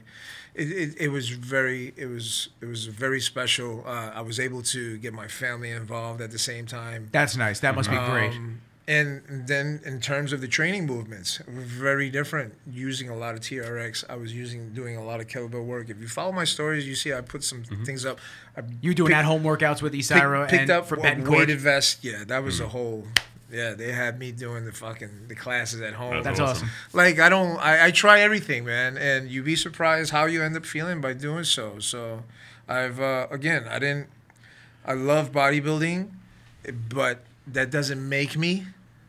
It's what I choose to do with my whole entire approach to the bodybuilding aspect. That's what makes me, and that's how people should always view fitness. Don't be one-dimensional. Incorporate many different things, because you got to work with what you have, and when you learn to do so, you realize you probably wouldn't be so stressed out the way most people were with the gyms being closed down. I can't train. People gotten completely out of shape, very unhealthy, probably put on a ton of weight. No way, man. We got to figure out how to get around that. So the whole change of it was awesome. I put on 8. I put on 8 pounds. 8? Yeah. 8 pounds. That'll come up. That's quick. easy. That'll come up quick. easy. And I was drinking every night. Drop your carbs for like 2 days. You'll be fine. You'll be all right. For a hot second, I was drinking every night. I was like, I'm actually up to running 4 miles a day. Whew. Wow. I haven't ran since I started bodybuilding. At all. So now let me ask you, now has your weight stayed the same, or have you gone down a little bit? My weight actually went up. Oh, really? My weight went up. And how do your joints feel running with all the extra muscle? No pain at all. That's In the beginning, it was very different. Yeah. Like my knees, I was feeling a lot. My hips My elbows were pretty inflamed from all the lifting and whatnot, but all that pain is completely gone. My cardio has gotten so much better. That's awesome. Again, man, it's the challenge. I fall in love with the process. And when I started this, I bought a weighted vest. I went all out. You guys see, I'm fucking training like a SEAL now. But I think people should always give themselves the opportunity to try something different and open your mind to doing so. Because if you do, you're gonna start having fun. Yeah, that's why I've decided to. I think the investing in the home gym, although it's scary, couple thousand, it's like, oh, I really want to spend that right now. But it's just like, you know what? I have a rack. I'll be able to do all my shit. I got enough space for the dumbbells. I got enough space for the rack, which we use my garage. So it's like, you know, we just got go for it, man. We got to clean out the rest of the shit, and then I'll have it forever. I bought a fucking high quality bar. I mean, you buy a high quality bar, that'll last me till I have kids. Dude, you'll be good forever. On a rack, you can do so many different types of movements. Yeah. I gotta show you what it is. It's sick. You gotta get yourself a good rack. Get yourself you already got a good bar. Get yourself a good portable bench in which you can change into flat incline. And then get a good pulley system, and that's it. Yep. That's really all you need. Maybe a little dumbbell set. Yeah, for like arms I and would stuff. like to get dumbbells. Get a but little dumbbell set. It's tough because that's really pricey, and I'd rather put it towards barbell stuff because I could do more stuff. I feel like I with can that. probably get you a great deal, man. Oh, there we go. If you get dumbbells up to like 45 pounds, just for like simple movements, I wouldn't get it for chest presses at home because when you get stronger, it's another $90 for another 5 You know, pounds. it's crazy because I spoke to a few companies, and a couple of companies follow me, like American Barbell, Alico. I was talking to corporate and stuff like that, and I just said, listen, guys, I'm a videographer. You're going to have to go outside the U.S. I know, and I'm fine with that. And I said, I just don't have the connections. Boop, enter Marco. I told him, I said, listen, guys, I'm a videographer. I'm looking at your website. I'm looking at your social content. It's okay. I said, no one's going to have high-quality videos at home. I said, I've got thousands of dollars of equipment sitting in my office right now, waiting to be used. I could do a whole video setting a rack up. I could do at-home workouts for you guys. I could bring pros over to train in my garage, and I can film them using your equipment, and you guys could post it. They didn't want it. Nobody was interested because everyone's paying top dollar for it right now. I'm not saying I want free shit. Yeah. I'm more than willing to pay for it. But, like, within reason. I scratch your back, you scratch my back. At the end of the day, you're basically just trying to get it back down to what it's supposed to cost. Exactly. So that's why I was just like, and no, every company, even some of the plates. How about those fucking Bowflex dumbbells? I haven't those seen are the cool. Bowflex dumbbells. Those the Power things Tech. were Right? Is it Power Tech? What's the other one? $1,500. I've seen it. It was fucking dumbbells. I saw a pair of 20-pound dumbbells for $100. That's the RM. Yeah, man. That's nice, right? Dude, it's simple. I mean, what is that? 1,300? You even have racks in which you can actually 1,300. You can pull them off the walls. So when you're done with them, you can just actually close them right back up. And again, you don't. I get nervous for stuff like that though. If we're doing rack pulls and shit, because that I'll do like 4 plates, 5 plates for. I get nervous the stability of that, the whole thing ripping off the wall. Because I feel like those are great for space saving. Yeah. But I feel like that's a lot of CrossFitters. It depends on how well they're installed. You You just got to get it really installed properly. Even so, just keep in mind, if it's installed on the wall, it's going to plant itself on the ground. Yeah. It's not so the weight's going to be on the ground. Yeah, I know. It comes down and then out. I just wouldn't go slam the back of the cage. Yeah, I get aggressive. home gym, that's like, that's... But for a regular person, if they just get a couple light dumbbells, get a TRX, people underestimate how good a TRX is. Yeah. And some resistance bands, just for a regular person, for the snowstorms and stuff, that's all you need. And what's helped me immensely is now that I set this area up with the mats and everything in my garage, the last couple of days I'll walk the dog right when we get up. Luckily he's not waking up at 6 a.m. having to go to the bathroom again. But like I'll wake up with him. We'll go out for a walk, and then I'll go in the house, take a green shake to get my greens. I'll go down to the basement and I'll do. I belong to it right now. I don't know how much longer I'm going to belong to it, but I'll do a meditation session with Headspace. Headspace, send the check. And I'll do ROMWOD, so range of motion workout of the day. So it's an app. A lot of CrossFitters use it. And basically, it's a 20-minute workout where you just hold static stretches to open your whole body up for the day. My God, does it feel great. Ranwa? ROMWOD, yeah. Okay. Range of motion workout of the day, ROMWOD. And I've been doing that every morning now just to kind of prep myself. This morning I did some grip work to strengthen up my grip and my wrists and shit like that because if I'm going to start deadlifting again, you know, I got to order the plates. The bar comes tomorrow. I'm going to start deadlifting again. I used to deadlift double overhand. 470 was my max. So I did it for 2. So I'd like to get back up. Strong grip. I'd like to get back up there. I've always wanted a really good grip. So if I'm ever in an altercation, God forbid, I have to defend myself. I want to grab somebody by the shirt and just like they can't get my grip off of them, and they're just like, whoa! I want to clamp. I'm sure you'll get your shot. Yeah, you fucking things all right now. You'll get your shot pretty soon. I'm just gonna hang out with Marco though, like that bully from the Arnold. I said to Marco, I said, I'm so glad Marco wasn't with me when that guy. Oh my God! Shit. Oh, where at the Arnold? Yeah. I think the one you told me about. Yeah, right? I went right back to their room. I was like, you would not believe the. I was catching this high blood pressure just listening to you talk to him. Just angry ass people. But on topic of what you were just saying, home gyms. I don't know. Like I said, it's been trouble. It's been tough to fathom the price of it because you want to be able to pay your bills off and you don't want to add more debt. But at the same time, it's an investment like anything, and it's ROI. Are you the next couple of weeks until gyms are fully open? Who the fuck knows? Gyms in Connecticut are opening up June 17th. This is okay. Really? Who knows? Yeah, phase 2. My buddy told me, he's like, if you want to come work out, come up here. I'm like, See, what's crazy? Didn't they do that whole tri-state thing? Like New York, Jersey, Connecticut, and they were going to be everything opens at the same time. We all close everything at the same time. I think everybody realized Cuomo's a dick, and they just said, nah.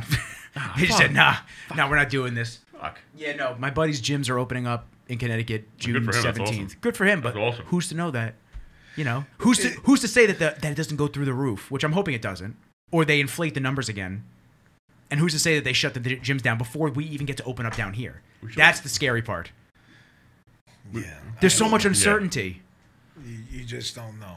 We should all just promise not to get tested and just be done with it. Well, that's actually an interesting point because I heard that if you get the antibody test and you come back that you've had it at some point, the amount of calls, surveys, texts, and spam you get after that, people knowing that you had it prior, they want all the information on you. Where have you been? What have you done? This and that. And they just don't stop hitting you up. I'm never getting tested. I'm blocking everybody. Just go, I was at Stop and Shop, Walmart, and Target. That's it. Yeah. I'm blocking That's everybody. I can't. I just can't. I can't get into that shit. I really can't. It's fucking depressing. Yeah. It's too much work. I don't want to think. I don't want to spend my day thinking about that shit. It consumes you. Yeah. And it consumes so many people. You can just see it. It's in their fucking faces, man. It just looks like, yo. Everyone's just miserable. Yeah. No, I want no part of it, man. I just want to have a good day. Yeah. That's it. I agree. Have a good day. I want to go train and enjoy some good food. Well, when I get the rack, you gonna come over and train? Absolutely, bro. Yeah. Let's do this. Let's get crazy. So do this. now get up on the mic. I want you to talk about conviction, right? Conviction bodybuilding wear. Yeah, man. And you got some stuff coming up that you talked to me that you wanted to talk about on the cast as well. Yeah, the youth program, man. Oh, man. We got a Conviction Bodybuilding youth program. It's a non-profit that I started for the young privileged. You know, we started it. The goal to this is to get bodybuilders, get pro athletes to mentor young kids, not the ones that have everything, but the ones that don't. So they can start, because I believe that the etching starts in the beginning. What kid does not want to go into a weightlifting gym? That's like a dream, Yeah. but they can't. Why? Because they're probably too young. They're not accompanied with an adult. So what happens? They end up staying home playing Xbox. They end up in the neighborhoods hanging out. Again, at the end of the day, they end up doing things that doesn't allow them to progress mentally and physically. And sometimes, in my opinion, for me, my personal experience is for me to change my mental, I started with my physical first.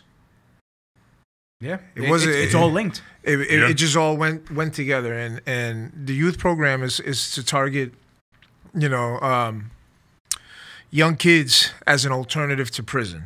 So my ultimate goal is to be able to go into court and have a kid that's probably, I don't know, get caught stealing a car, or it depends on the crime, Okay, it has to be a Just certain off, level. off of the right path. Right. Yeah. That just needs an opportunity and is willing to accept a challenge in terms of training, in terms of nutrition. And you'd be surprised on how we can start changing some of these kids' attitudes moving forward when you give them something to do. You know, not put them on parole. I mean, obviously they would need some sort of supervision, but if you start going to school and your grades are great, your grades are good, obviously you're not popping up dirty with and you taking drug tests. You have to be held accountable, and in exchange, you get to train. You get supplementation. You get a free membership. You get somebody that's going to come in here and train you on a daily basis. It's kind of like the PAL programs and all these programs that are around. They're all designed to do the same thing. But this one is just a little bit. Obviously, we have to start on a much smaller scale. But I have so many people who are waiting to help out and be able to give out a helping hand. And right now, what we're working on is getting a facility to pretty much launch this. It's amazing. It's been the story of my life. I believe that through fitness, we can start changing a lot of direction with these kids. When I grew up, sports were everywhere. Baseball teams were everywhere. Football teams were everywhere. You don't see that too much anymore. You don't see youth programs. And this is funny. It's funny because they were actually talking about the whole defunding to the police department and that money's supposed to go to youth programs now. We'll see. We'll find out. Yeah, you'll find out whether Yeah. follow the trail. We'll find out. See I what don't actually believe happens. it, but I'm hoping that that's the case. If they're going to defund, that is the case, because that's where it has to go. It has to go to the youth. The youth are the ones that are going to end up staying with everything that we have. They're the ones that are going to end up controlling. They're the ones taking the positions and the jobs. They're the ones that are going to become police officers, or they're the ones that are going to become criminals. You know, and fitness is something that there's no color to it. There's Love no it. color to it. You know what I'm saying? You get into that gym, man, and you realize it's about who's willing to work the hardest, and that's it.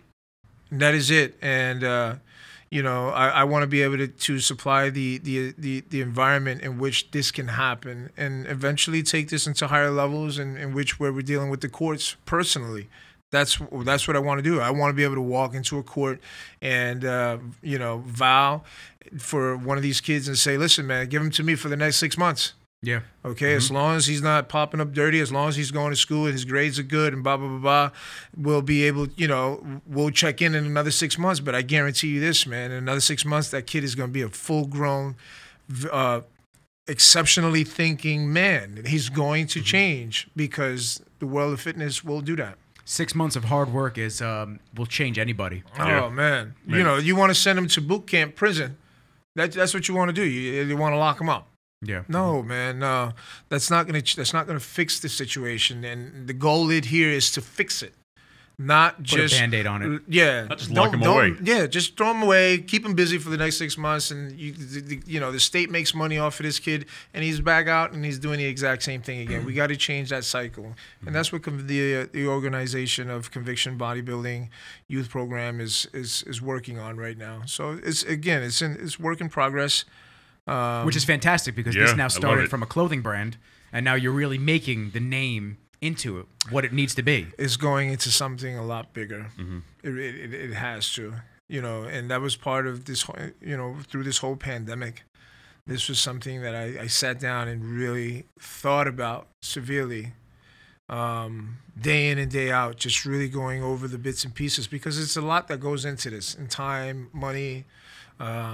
You know, nobody funds me, nothing. This is something that I basically do out of my own pocket. Donation of time. That's it, Yeah. man. And I'm gonna take it all the way. And the good thing is that I have the support of so many amazing people and amazing companies. Betancourt Nutrition is pretty much latched on to this whole entire Awesome. program, beautiful. and they're gonna help me in some amazing ways. They're willing to, in terms of supplementation, man. All the kids that I'm going to be bringing on, okay, they're not going to need to buy protein. They're not going to need to buy no supplements whatsoever for however long they're in the program. Why? Because Betancourt Nutrition is going to help. They're going to sponsor, make sure that these kids are not missing what they need. And yeah, when we talk about these teenagers that don't have the. There's a lot of families that can't afford a gym membership for some of these teenagers. Let alone $60 tub of protein. They can't afford it. They can't afford a 5-pound jug of protein. There's a lot that goes into it. Fitness can be expensive, you know. So if we can take the financial aspect out of it and give some of these kids an opportunity to be able to train and excel, so long again, holding them accountable. The grades are good. Like you don't have to go to fucking jail for that to happen. I want to do that here. I want to do that now. And I want to be able to provide a place in which they can do that. And that's what the program is working on. Love that. I love that, man. Oh, thanks, man. Something I see is, at least from my perspective, a big reason why people go down that bad path in life is they have nothing to look forward to and they have no reason to wake up in the morning. You know, they wake up, they don't know what to do. So whatever seems appealing that day, they do it, or they're just doing whatever they can to get by. But once they start learning about hard work and what it really takes to make something pay off, it's going to change their lives. You know, it's like when you first start and then you Yeah. start seeing that bicep grow. You see the chest split a little bit, and you go, "Holy shit, I got to keep going." Well, reinforcing these young individuals with positivity when they probably haven't had that in a home environment, you know, they're going to be looking at you almost like a father figure. To be quite honest, I mean, I'm not saying that all these kids don't have father figures, but the stability of accountability between you and this individual, and they'll learn that they give and they'll get, and it's going to be like a push and pull of just helping one another. This would teach them to love themselves, man. You got to love and respect yourself. If you don't, you're going to make a lot of mistakes. You know, unnecessary mistakes, because we all make mistakes. You're going to make a whole lot of unnecessary mistakes. And that's why fitness for me, it changed my life. I say it over and over again because it did. And it continues to do so. But one thing with everything that's going on right now in the world, I think this can't happen at a much better time. It's very well needed, and I'm gonna work tirelessly to make it happen. That's amazing. Really, seriously, That's beautiful. I love that. And obviously, if there's anything that I can do, Likewise. you let me know. We're doing Absolutely. it, man. We're doing it. Yeah. Besides this this, is awesome, man. Yeah. Outside of this, we're gonna soundbite this up and we'll give this to you. So this way you can post it as an IG story. Just this way you can start the awareness aspect of it. But if there's anything that we can continue doing, you know, please just let us know because we want to help out any way that we can as well. I was very fortunate to have such an amazing mother who was both mom and dad. And I'm friendly with my dad, and we're, you know, it's more of a friendship type of thing. Yeah. But luckily, my mom took the mantle of both parents. If she didn't, I don't know how I would have turned out. But I think I turned out pretty good from her. And I think, you know, as a single mother raising me, I can definitely understand how not having a father figure or can derail a young man into getting them into trouble in different areas. So just from that perspective, I can understand it and shed some, I guess, understanding of how important a program like this would be to kind of nudge somebody back onto a path of good and a path of building themselves up, not destruction.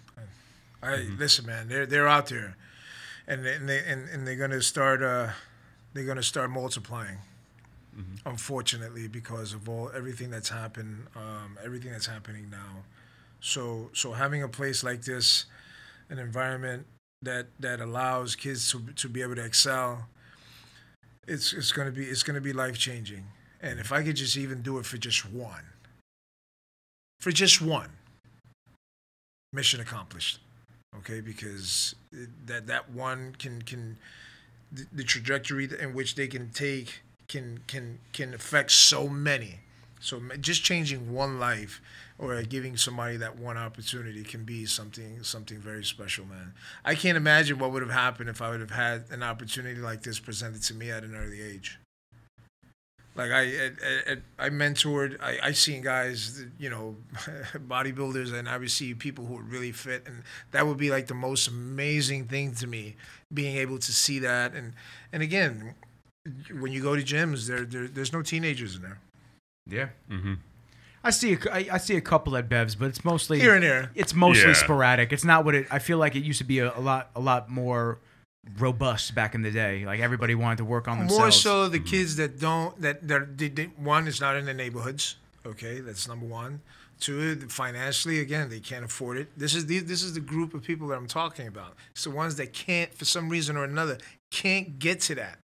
is being able to supply them so they can start, this will trickle down into their environments and so on, and it'll become a much bigger thing, man. And hopefully, we can have a gym in every hood, so to speak. And it can go a long way, because when you talk about some of these champions, especially in boxing, most of them all come from pasts that were pretty tough. Yeah, Tyson had a tough past. And imagine if we can have 100 more Tysons. And again, man, this is exactly why Conviction Bodybuilding Youth Program was born.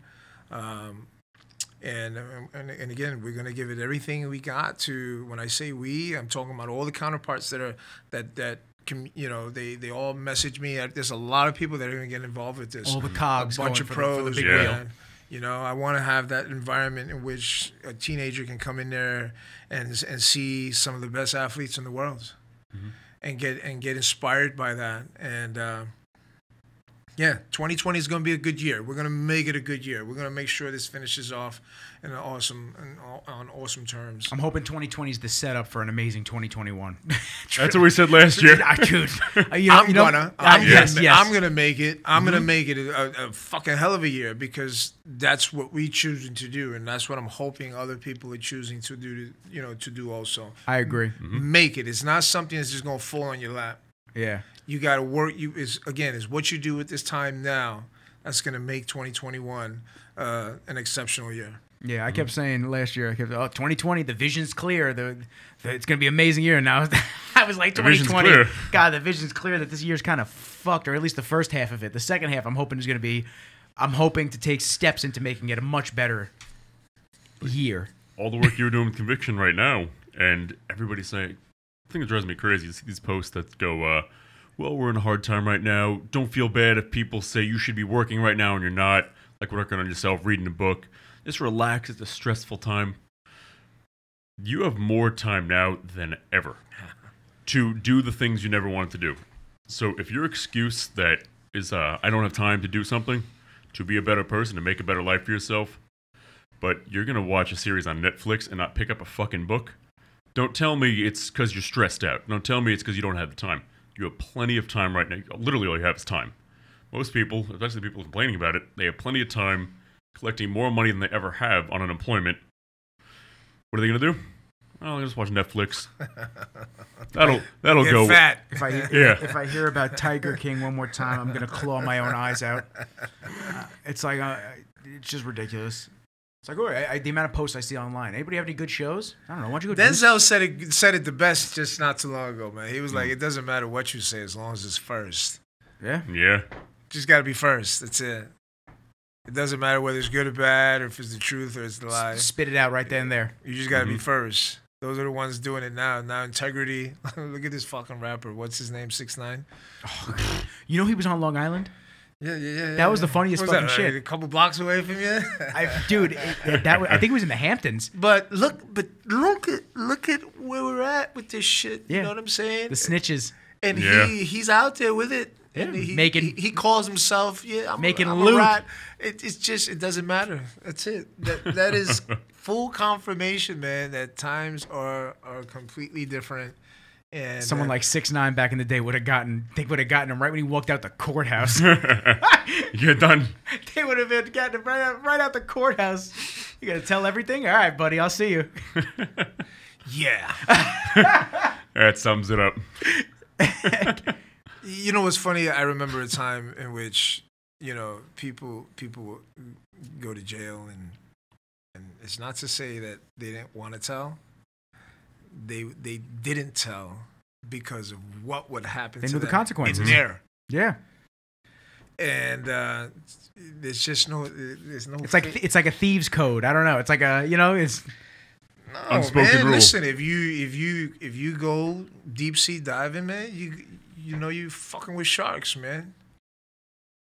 Don't go deep sea diving and be surprised when a shark shows up. Mm-hmm. What game you were playing, man? And then all of a sudden, no, I don't. No, that's not what I meant. And up whatever you was playing with sharks, motherfucker. Yeah. You're here now. You thought and you'd get the gold. made that choice. So if you didn't want to get bit by a shark, you shouldn't have been swimming in the ocean. Should have stayed in the man. shore. Yeah. And it's okay to stay in the shore. Yeah. You know what I'm saying? Like it doesn't make you any less of a man, but and that's where it's all changed. It's all changed. You heard bro. rumors there's gold on the bottom. You're playing with fire trying to get it. Yo, it's scary, man. But yeah, he was in Long Island, right? He was on Long Island. That's what happened. He got out. He was talking mad shit. He still is talking shit. He's talking mad shit. He was taking pictures on his balcony with like money and shit like that. And this girl from the house over goes, "Holy shit, 6ix9ine is at the house next door to me." And she took a picture, a video of him taking the picture that he posted on his Instagram, but she tagged Long Island. He's trying to stay undercover. It's hysterical. So he had to leave. Here's the address. No one knows where he is now. Hey, listen. He probably moved next door. Yeah, imagine he just moved one house over. One house over. One house over. He's like, all right, fucking chick's gonna be ratting me out. I gotta Different. buffer zone. Different That was world, close. Man. I think I See, it's funny. He didn't like the rat when they were ratting on him now, but you can rat on everybody else. Oh my god. He's using it to he's using it to make money now. Oh, and he Yeah. has made some since being out. Yeah, I'm sure. Yeah, he had like the #1 video on YouTube. Oh my god. Something like, and Instagram, the most live views in a setting. But listen, it just goes to show you the way the country's going, what gains publicity. Yeah. You know, listen, I say a lot. We'll make a clip about Conviction Bodybuilding. We made a clip about Gareth. Mm-hmm. Gareth, one of our guests, he's a big MMA guy, black belt. He works with kids with Down syndrome and different handicaps, and teaches them how to fight and box and get out of a chokehold if they're abused by somebody. He teaches them all this stuff. We put that clip up, 300, 400 views. It's like, but this fucking asshole gets out of jail, dancing around with his rainbow hair, Yeah. and he'll get millions of views talking about ratting and being an asshole. And listen, it's entertaining to watch somebody be an idiot like that because you're just shocked by how stupid people act. But like a video of somebody talking about how much good they're doing to a community versus this asshole. And it's just like you start looking at people differently. Like, this is what you support? It's like, wow. The amount of people I see, and I'm sure you see it too. The amount of people I see like celebrity shit, but they don't like your own posts. Mm-hmm. It's like, nice to know that, you know, my circle supports me. The or odds like are people against you, man. Mm-hmm. The odds are against you once you step out your house. The odds are against you, and there's, I don't know, brother. We're heading into some tough times, man. I think that's the next shirt I'm gonna fucking design. We're heading into some tough times. Interesting times. But I guess we'll have to have you on again. We'll see what it's like in the next 6 months. Yeah, see what happens. I want you to come back on, and I want to have some amazing success stories for Conviction Bodybuilding and the youth program. I'm gonna work hard on that, man. I actually have a couple guys that when I say guys, a couple kids that are probably gonna be the first group coming Trial run almost. in. Yeah. And I'm gonna be busy. So once we get this facility open, which should be hopefully within the next 2 months, that's when all this is gonna explode and whatnot. So a lot of it is pretty much kept closed in terms of information. In terms of, I don't want to say too much and whatnot. That's okay. Yeah. Keep it until DL. It's all fully ready and ready to go. And launch it, because I'm calling upon everybody to come and help down with this, man, because it's something that's gonna be for the good of everyone, you know. And I'm fortunate enough to know some amazing people, Yeah. you know, and I'm gonna use every ounce of that, you know, with everybody that I know. I think we can get some pretty cool cats coming in. And let me know. Yeah. I got a car, I got a camera, and I got a Kenji. So There you go. we'll be there in a heartbeat, man. Kenji. Was he out? He's out cold, right? Yeah, he's out cold. Yeah, the podcast dog. He's chilling. This is what I want to get him used to. But listen, Marco, Yo. amazing having you on again. Always a pleasure. We got to schedule the wifey. Yes. Can't wait to have her on. And then, of course, in the next coming months, we'll discuss. Maybe we can even get one of the kids that does the youth program, if they're okay. Oh, that would be awesome. That'd be crazy. Come on, talk about Yeah. the interaction, about how it was working with you, this and that, and then just kind of like real world testimonial type stuff. Just it's in the flesh, it's in the blood, it's in the work, and just show that what an eye opening experience it's going to be for these lucky individuals. So I think that would be a great episode as well. So we'll talk as amazing. things go down. Once the facility opens, we'll talk about the facility. You know, you're welcome on here anytime you want. You know that. So you send the text, we'll schedule it. And it's more convenient for you now. Yeah, Yes. right? Close. Nice and close now. No, but I'm definitely going to let your siren know. You got to get her down, man. She's got a lot to say. Yeah, I know. One of the guys from Roslyn Social wanted to come on again, talk about business since the virus and everything like that. Maybe we get her on next week. Maybe she could be our second episode next week. You're gonna have a lot of listeners. Yeah, I would love to. Anything she has to say. She's very original. She's very real. She's very raw. And she's fucking hilarious. I mean, I only interacted with her prior, like a handful of times. It was always great interactions with her. And then I went over his house to film him before he did the New York Pro last year. And on my way out, she's like, "Here, I made you a goodie bag of spaghetti," and she's too much. I'm telling you, you, a whole dinner, and I'm just like, "You didn't have to do that." She's like, "No." And then I'm on the Cross Island Parkway. I'm eating the spaghetti. Drive. I'm like, "This is great." I'm like, "This is delicious." Well, anytime you mention Marco about anything you're talking about, you're like, "And his wife's the best." Every time he got the fucking best. It's the package deal right there. They're just amazing. It's just such good human beings. Well, when she comes, she's got to come by herself, because if I'm sitting here inside the room, she'll probably hold back a little bit. So when she's by herself, we're leaving you back. She's gonna fucking leash out. And then we'll do a duo together. Yeah, absolutely, man. Nah, but listen, thank you guys for having me. No, of course. It's always a pleasure being around some really amazing guys. What can I say, bro? Look forward to the next one. Yes. Look forward to getting some workouts in with you guys. Yes. Yeah, absolutely. We're gonna talk right when we get these cameras off. We're gonna talk about. Let's see what we could do. Hell yeah. And let's try to change the world. Let's do it, One person at a time, man. That's it. We're not trying. We're going to do it. Baby steps. That's what it takes. It takes steps of action that leads to the greater cause. So. May bodybuilding live on. Let's go. That's it. I'm going to have John kick this outro. So, thank you, everybody, for tuning in this week's episode of The Voice. And Rizzles, joined by my man, Marco. Bronx bad boy. Let's go, baby. Peace. Let's go.